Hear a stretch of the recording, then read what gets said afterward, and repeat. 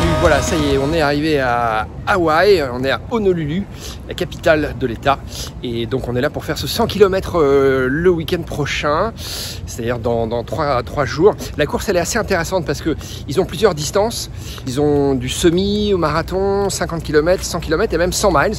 Et ce qui est sympa, je trouve, c'est que c'est pas vraiment une course en fait, c'est plus un défi personnel.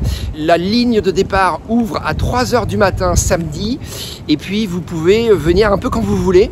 Vous êtes inscrit au préalable, mais vous signez comme quoi vous prenez le départ et puis vous faites le parcours. C'est des boucles de 9 miles et donc voilà, moi je dois normalement, je vais essayer de faire 100 km, donc je dois la faire 7 fois, j'ai calculé. Voilà, et donc c'est pas vraiment à Honolulu même, c'est un petit peu plus à l'est.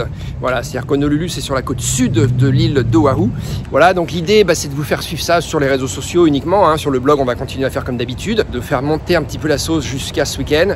Et puis j'essaierai de conserver mon téléphone pendant la course, de discuter éventuellement avec des coureurs et donc de continuer à filmer pour vous faire vivre un petit peu ce 100 km à Hawaï. Le but c'est pas de parler de moi, le but c'est de vous faire de vous donner envie de voyager.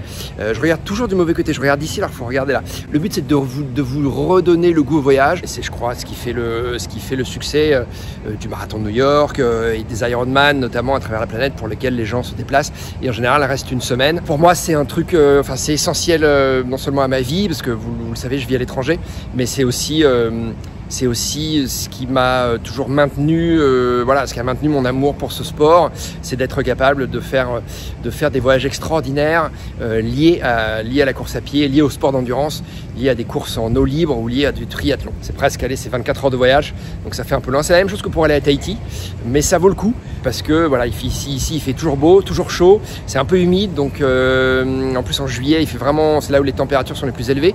La course a également lieu en décembre, c'est ça qui est intéressant. La course a lieu 2 fois par an. Elle a lieu en décembre et elle a lieu en juillet. Voilà, en décembre évidemment avec des conditions un petit peu plus faciles parce que il fait beaucoup moins chaud.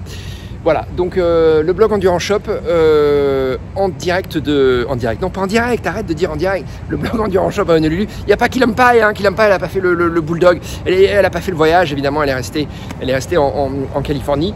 Mais vous le savez, on vous a déjà fait vivre pas mal de voyages sur ce blog, notamment en Asie ou ici aux États-Unis. Voilà, allez, sur ce, on fera un petit truc tous les jours. Voilà, Honolulu, c'est parti, salut!